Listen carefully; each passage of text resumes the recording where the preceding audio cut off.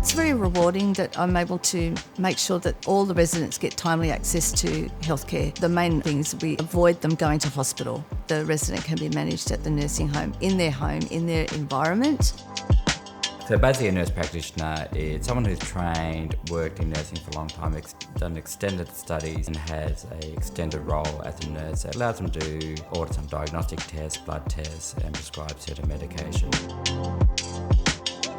It is a support mechanism for the doctors because they can't be there all the time.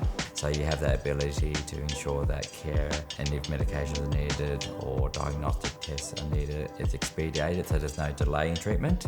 It's very much a team-based model and communication is very important.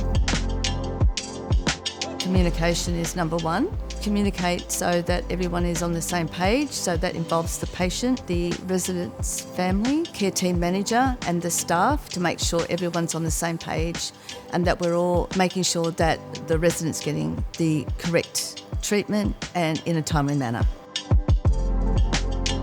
The most rewarding part of is the interaction with the residents, being able to work to my full scope of practice. I just said happy birthday to someone who's 101 today and he just said thanks for your care and I said look, I've done nothing, which is true. He's an amazing 101 and he just said no, you just kept me motivated for being here. They appreciate that, to be listened to, and I think that's priceless and again better than any medication I could give this gentleman.